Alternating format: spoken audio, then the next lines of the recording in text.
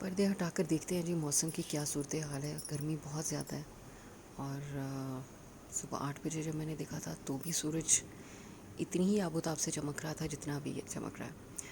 اور دن تھوڑا سا مڈ میں آ گیا جناب, تقریباً 10:30 کا ٹائم ہے اور گرمی دیکھیں دھوپ بہت تیز ہے. پرندے بھی جو ہیں وہ گرمی کی وجہ سے بالکل بوکھلائے ہوئے ہیں. خیر ان کے لیے جو ہے صبح صبح ان کو دانہ بھی ڈال دیا تھا میں نے اور پانی بھی, کیونکہ پرندے اللہ کی حمد و ثنا کرتے ہیں اور ان کا خیال ہمیں سب سے پہلے رکھنا چاہیے. کسی بھی طرح کے جاندار پالتو جانور اور پیٹس جو ہم گھر پہ پالتے ہیں نا, ان کا ہمیں اپنے کھانے سے پہلے خیال کرنا چاہیے, اور بالکل ہم بھی اسی طرح سے کرتے ہیں. تو بہت تیز ہے جناب اور بس مجھے سمجھ نہیں آ رہی. خیر ناشتہ کرتے ہیں.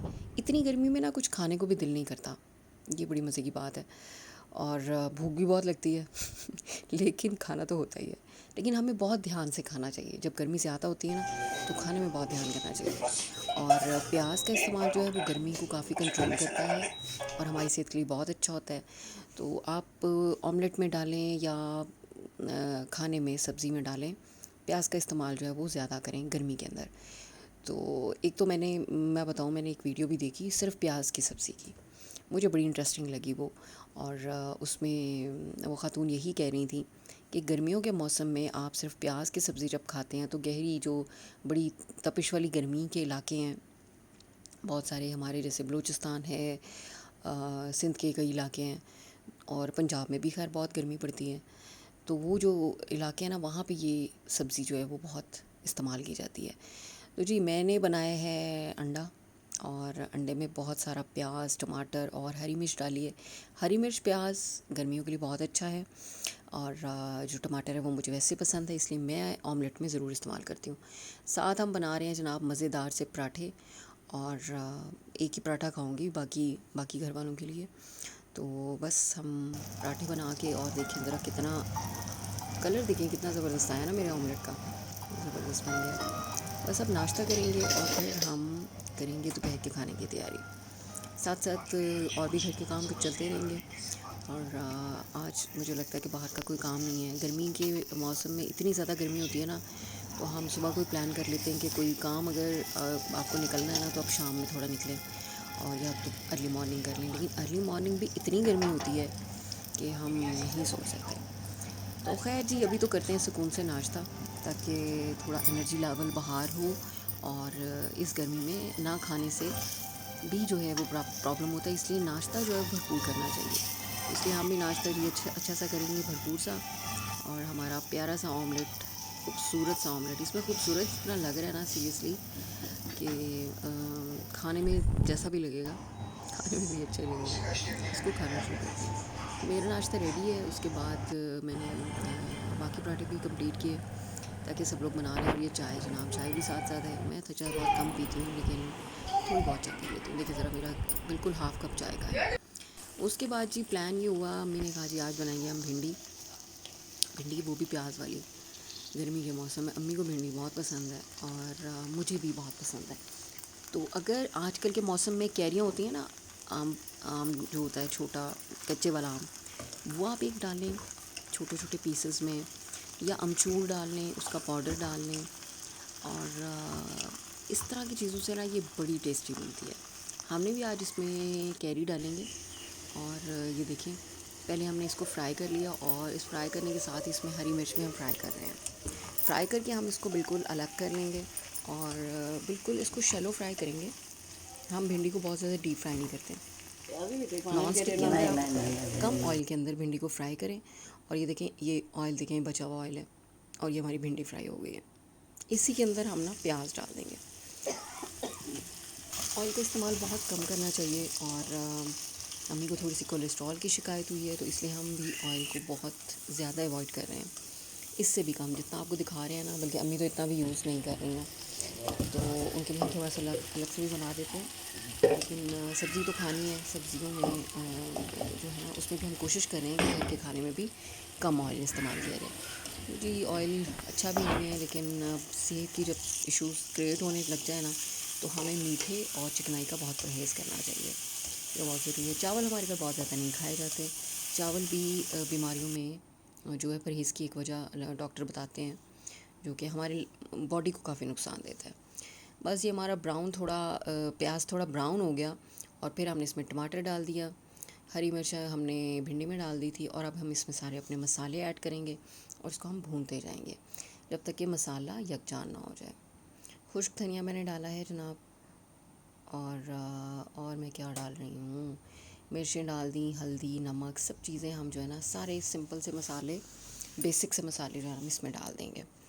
اور گرم مسالہ بھی اینڈ پہ آپ اسپرنکل کریں گے اگر آپ چاہیں تو, اور اس کو اچھے طریقے سے کریں گے تاکہ ٹماٹر نرم ہو جائیں اور مسالہ بالکل اچھا سا جو ہے وہ ایکول سا بن جائے. جب تک مسالہ ایکول ہوگا اس میں ہم بس بھنڈی فرائی ہے وہ ڈال دیں گے, اور پھر اس کی جو کوکنگ ہے نا وہ بہت ہی کم رہ جائے گی. تو بس اس کو اچھے طریقے سے کوک کرنا ہے. میں ساتھ ساتھ امی سے بھی پوچھ رہی تھی. اچھا, یہ ایک سٹیپ ہمارا اسکپ ہو گیا, اس میں امبی کاٹ کے ہم ڈال چکے ہیں. آپ کو تھوڑا تھوڑا یلو یلو سا نظر آ رہا ہے نا, ہاف امبی جو ہے نا بہت چھوٹے کیوبس میں ہم نے اس میں ڈال دی ہے. اور اب جو ہم نے باقی کا زیادہ ہیوی والا پیاز ہے نا وہ اس میں ڈال دیا, کیونکہ پہلے ہم نے مسالہ بھوننے کے لیے پیاز ڈالا تھا, اور اب آپ کو پتہ ہی ہے کہ ہم اس میں زیادہ والا پیاز ڈالیں گے کیونکہ ہم بھنڈی اور پیاز بنا رہے ہیں. 2 پیازہ بھنڈی بھی بنتی ہے جناب, وہ بھی بہت مزے کی بنتی ہے, اور میں نے ٹرائی کی ہوئی ہے. اس کے علاوہ گوشت میں بھنڈی بہت اچھی بنتی ہے. قیمے میں بھنڈی میں نے کبھی ٹرائی نہیں کی, لیکن میں نے سنا ضرور ہے. اگر آپ میں سے کسی نے ٹرائی کی ہو تو مجھے ضرور بتائیے گا. اور بھنڈی تھوڑا ہمیں لگتا ہے کچھ لوگوں کو پسند نہیں ہوتی ہے کہ اچھا جی یہ لیس والی ہوتی ہے, ایسی ہوتی ہے, خشک ہوتی ہے, تھوڑا گیس کرتی ہے, لیکن بھنڈی کے فائدے بھی بہت زیادہ ہیں. آپ دیکھیں کہ شوگر والوں کے لیے کچی بھنڈی پانی میں بھگو کے اس کو پینے سے اس کی جو لیس ہوتی ہے ہماری جو باڈی کے اندر ہڈیوں میں گودا ہوتا ہے نا, اس کے لیے بہت مفید ہوتی ہے.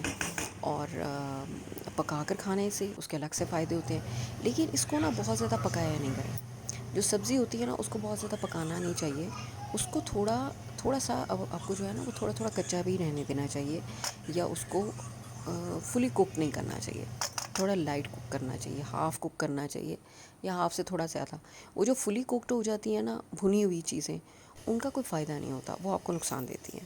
تو اس لیے بہتر ہوتا ہے جناب کہ آپ جو ہے نا صرف ہلکا بھونیں. بس یہ بھنڈی تیار ہو گئی, اور کچھ کام شام نپٹا کے روٹیاں بنانی شروع کر دیں تاکہ ہم کھانا کھا لیں.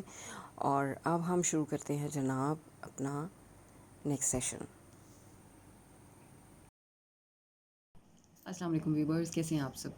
جی تو آج دیکھا اچھا دن گزرا, مختلف قسم کی ایکٹیویٹیز رہیں, اور اب ہم کرتے ہیں آپ کے ساتھ ایک اچھی بات شیئر.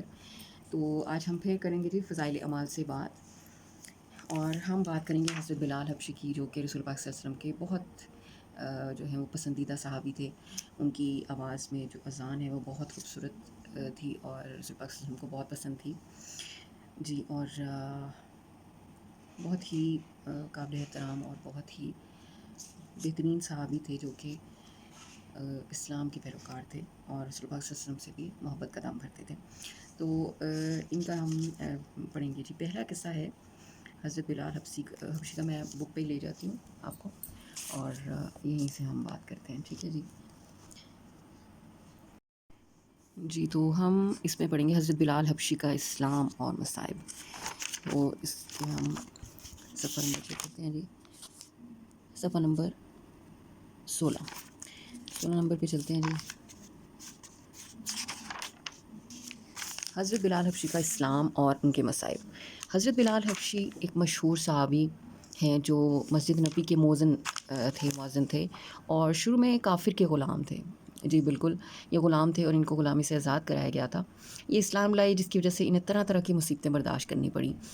امیہ بن خلف جو مسلمانوں کا سخت ترین دشمن تھا, ان کو گرمی میں بہت زیادہ اذیت دیا کرتا تھا. سخت گرمی میں دوپہر کی تپتی ہوئی جو دوپہر ہوتی تھی اس میں گرم ریت کے اوپر لٹا کر ان کے سینے پر بھاری بھر پتھر رکھ دیتا تھا. تو بس استغفر اللہ جی, ایسے مومنین تھے جنہوں نے یہ مصیبتیں برداشت کیں, اور دیکھیں ایمان جو ہے اس کو تازہ رکھا. یہ ہمارے لیے بڑی مثالیں ہیں, یہ بہت بڑی بڑی مثالیں ہیں ہمارے پیارے صحابہ کی. مگر اس حالت میں بھی وہ احد کہتے تھے, یعنی معبود ایک ہے, اللہ ایک ہے. رات کو زنجیروں میں باندھ کر کوڑے لگائے جاتے, اگلے دن انہی زخموں کو گرم زمین پر ڈال کر اور زیادہ زخمی کیا جاتا تاکہ بے قرار ہو کر اسلام سے پھر جائیں یا تڑپ تڑپ کے مر جائیں۔ عذاب دینے والا اکتا جاتا، اب کبھی ابو جہل کا نمبر آتا، کبھی امیہ بن حلف کا، کبھی اوروں کا، اور ہر شخص اس کی کوشش کرتا کہ تکلیف دینے میں زور ختم کر دے۔ حضرت ابو بکر صدیق نے اس حالت میں دیکھا تو ان کو خرید کر آزاد کیا۔ سبحان اللہ۔ تو یہ بہت بڑی ہمارے لیے جو مثالیں ہیں اس دور میں، اس نفسا نفسی کے دور میں، جس میں انسان اس قدر خود غرض ہو چکا ہے کہ چھوٹی چھوٹی باتوں پر مسلمان کا بھائی نہیں رہا، بلکہ ایک گھر میں بھی بھائی نہیں رہا۔ مسلمان بھائی ہونے کا تو تصور بڑا دور رہ گیا ہے، اور یہ افسوسناک بات ہے ہمارے لیے۔ اسی لیے ہم دیکھیں تو عالم اسلام میں تو ہم لوگ بالکل الگ الگ ہو گئے ہیں۔ اگر ہم بات کریں کہ ہم مسلمان ہونے کے ناطے کب متحد ہوں گے، تو ہم نہیں ہیں، اور یہی ایک دکھ کی بات ہے۔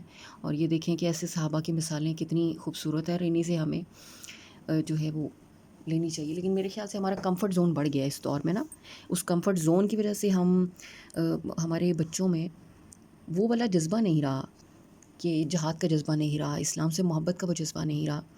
اس لیے ان حقائق کے ساتھ ہمیں اپنے بچوں کو آگاہ کرنا چاہیے، اور ہمارے تعلیمی سلیبس میں بھی ان چیزوں کے بارے میں بہت زیادہ ڈیٹیل ہونی چاہیے۔ ہوتی ہے لیکن کم، اور بہت زیادہ ڈیٹیل سے ہمیں ہر بچے کے لیے، جو بھی کسی بھی اسٹینڈرڈ میں پڑھتا ہو، صحابہ کرام کی اور رسول پاک صلی اللہ علیہ وسلم کی اسوہ پاک کا ایک واضح حصہ جو ہے ہمیں ان کو ٹیچ کرنا چاہیے۔ اور چلیں اسکول کا سلیبس اپنی جگہ، لیکن ہمیں گھر میں بھی والدین کا یہ بہت فرض ہے کہ ہم ان کو بتائیں، اور ایون دین صرف چھوٹے بچوں کو نہیں، جب باشعور ہو جاتے ہیں بچے، بڑے ہو جاتے ہیں، تو ان کو بھی ان چیزوں کو فالو کرنا چاہیے۔ اور یہ سب چیزیں جو ہے نا، ویسے سب سے پہلے ہمارے گھر کے ماحول سے آتی ہیں، تو یہ بہت ضروری ہے جی۔ تو حضرت بلال کے بارے میں ہم نے پڑھا جی کہ انہوں نے بہت زیادہ تکلیفیں اٹھائیں، اور جب وہ آزاد ہو گئے نا، تو پھر آگے چونکہ عرب کے بت پرست اپنے بتوں کو معبود کہتے تھے، اس لیے ان کے مقابلے میں اسلام کی تعلیم توحید کی تھی، جس کی وجہ سے حضرت بلال رضی اللہ تعالیٰ عنہ کی زبان پر ایک ہی ورد تھا۔ یہ تعلق اور عشق کی بات ہے۔ ہم جھوٹی محبتوں کو دیکھتے ہیں، جس سے محبت ہو اس کا نام لینے میں لطف آتا ہے، اس کو آپ بنا مطلب کے بھی آپ اس کو جو ہے نا پکارتے ہیں۔ تو اللہ کی محبت کا کیا کہنا، جو دین اور دنیا دونوں جگہ کام آنے والی ہے۔ سبحان اللہ، سبحان اللہ جی، بے شک یہی وجہ ہے حضرت بلال کو ہر طرح سے ستایا جاتا، سخت سے سخت تکلیفیں دی جاتی، مکہ کے لڑکوں کے حوالے کیا جاتا، مگر انہوں نے یہی کہا جی اللہ ایک ہے، احد احد۔ اس میں ایک اور بات بیان ہوئی ہے جی کہ یہ اسی کا صلہ تھا کہ پھر حضور کے دربار میں مؤذن بنے۔ سفر حضر میں حضرت ہمیشہ اذان کی خدمت ان کے سپرد ہوئی۔ حضور کے وصال کے بعد مدینہ طیبہ میں رہنا اور حضور کی جگہ کو خالی دیکھنا ان کے لیے کافی مشکل تھا، کافی ان کو مضطرب کرتا تھا، تو انہوں نے جہاد میں جانے کی جو ہے وہ نیت کر لی، اور ایک عرصہ تک مدینہ نہیں لوٹ کے آئے۔ ایک مرتبہ حضور کی خواب میں زیارت ہوئی تو فرمایا بلال یہ کیا ظلم کیا، ہمارے پاس کبھی نہیں آتے۔ تو آنکھ کھلنے پر مدینہ میں حاضری دی۔ حضرت حسن حسین نے اذان کی فرمائش کی، تو ظاہر ہے وہ لاڈلے رسول پاک صلی اللہ علیہ وسلم کے، ان کی فرمائش پر اذان کہی تو دور دور سے لوگ جو ہیں روتے ہوئے اذان کی آواز پر گھروں سے نکل آئے۔ چند روز قیام کیا اور واپس 20 ہجری کو دمشق میں ان کا واپس ہو گیا، اور 20 ہجری کو ان کا انتقال ہو گیا جی۔ یہ والی کہاوت یہاں پہ ہے۔ اس میں ایک اور قصہ بیان کرتے ہیں جی حضرت بلال کا جی۔ باب الصوم میں رسول پاک صلی اللہ علیہ وسلم کے لیے ایک مشرک سے حضرت بلال نے قرض لیا۔ یہ وہ قصہ ہے، میں اس کو آپ کو مختصراً بیان کرتی ہوں کہ حضرت بلال نے ایک صاحب نے پوچھا کہ حضور اقدس صلی اللہ علیہ وسلم کے اخراجات کی کیا صورت ہوتی ہے؟ حضرت بلال نے فرمایا کہ حضور کے پاس کچھ جمع تو نہیں رہتا، یہ خدمت میرے سپرد تھی۔ اس کی صورت یہ تھی کہ کوئی مسلمان بھوکا آئے تو حضور اقدس مجھے ارشاد فرما دیتے کہ میں کہیں سے قرض لے کر اس کو کھانا کھلا دیتا، کوئی ننگا آتا تو مجھے ارشاد فرما دیتے قرض لے کر اس کو کپڑا پہنا دے، یہی صورت ہوتی تھی۔ ایک مرتبہ ایک مشرک ملا، اس نے مجھے کہا مجھے وسعت اور ثروت حاصل ہے تو کسی سے قرض نہ لے، جو بھی قرضہ نہ تو مجھ سے لے لیا کر۔ اس نے کہا کہ حضرت بلال نے فرمایا کہ چلیں یہ تو اچھا انتظام ہو گیا، تو انہوں نے نا اس مشرک سے قرض لینا شروع کر دیا۔ وہ قرض لیتے گئے، رسول پاک صلی اللہ علیہ وسلم سے اجازت لی، انہوں نے کہا لے لے۔ ایک مرتبہ وہ وضو کر کے اذان کہنے کے لیے کھڑی ہوئے تھے کہ وہ مشرک ایک جماعت کے ساتھ آیا اور آپ کو بلا کے، وہ حبشی کہہ کے اس نے آپ کو بلایا اور سب کو متوجہ کیا، اور ایک دم آپ کو برا بھلا کہنے لگا، گالیاں دینے لگا۔ کہ ایک مہینہ ختم ہونے میں کتنے دن باقی ہیں، مہینہ ختم ہونے کے قریب تھا، 4 دن باقی تھے، کہ اگر مہینہ ختم تک میرا سب قرض نہ دیا تو تجھے میں اپنا غلام بنا لوں گا، بکریاں چراتا رہے گا اور ویسے ہی غلام ہو جائے گا جیسے پہلے تھا۔ پورا دن حضرت بلال کا بڑے رنج میں گزرا، بڑے دکھی رہے، ایسا گمان نہیں تھا کہ ایسا ہوگا۔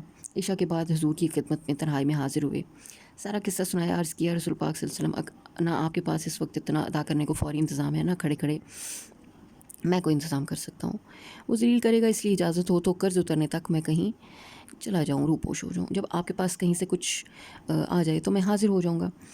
گھر آئے، تلوار لی، ڈھال لی، جوتا اٹھایا اور صبح ہونے کا انتظار کرتے رہے کہ صبح کے قریب جو ہے نا وہ کہیں چلے جائیں گے، لیکن صبح قریب تھی کہ ایک صاحب دوڑے ہوئے آئے اور حضور کی خدمت میں حاضر ہونے کے لیے بولا۔ وہاں پہنچ کے دیکھا تو جی 4 اونٹنیاں جن کے اوپر سامان لدا ہوا تھا بیٹھی تھیں۔ حضور نے خوشی سے فرمایا، اللہ تعالیٰ نے تیرے قرضے کی باقی کا انتظام کر دیا، کہ باقی کے قرضے کا انتظام کر دیا، یہ اونٹنیاں بھی تیرے حوالے، ان کا سامان بھی، تو جا، کسی رئیس نے، فدق کے رئیس نے یہ نذرانہ مجھے بھیجا ہے، میں نے اللہ کا شکر ادا کیا، خوشی خوشی ان کو لے گیا اور حضور کا سارا قرضہ اتار دیا۔ اتنے میں مسجد میں آپ انتظار فرماتے رہے، اور جب میں واپس آیا تو انہوں نے بولا کہ یہ تمام چیزیں جو ہیں وہ تمام سامان بٹ گیا، تقسیم ہو گیا، تو میں نے کہا نہیں، ابھی تو حضور سے فرمایا کہ کچھ تو بچ گیا، لیکن شکر ہے کہ سارا قرض ادا ہو گیا، یہ بہت بڑی بات تھی۔ تو آپ نے فرمایا کہ جو بھی ہے نا بچ گیا ہے نا اس کو بھی تقسیم کر دی تاکہ مجھے راحت حاصل ہو اور میں آرام سے جو ہے نا گھر جا سکوں، اور جب تک سامان تقسیم نہیں ہوگا نا تب تک میں یہیں رہوں گا۔ تو عشاء کی نماز سے فراغت کے بعد بھی رسول پاک صلی اللہ علیہ وسلم نے دوبارہ پوچھا تو مال ابھی باقی تھا، آپ نے وہیں پہ مسجد میں قیام فرمایا اور اگلے دن پھر انتظار کیا۔ اگلے دن پھر حضرت بلال جو ہے مال تقسیم کر کے آئے، اور آپ نے کہا کہ اگلے روز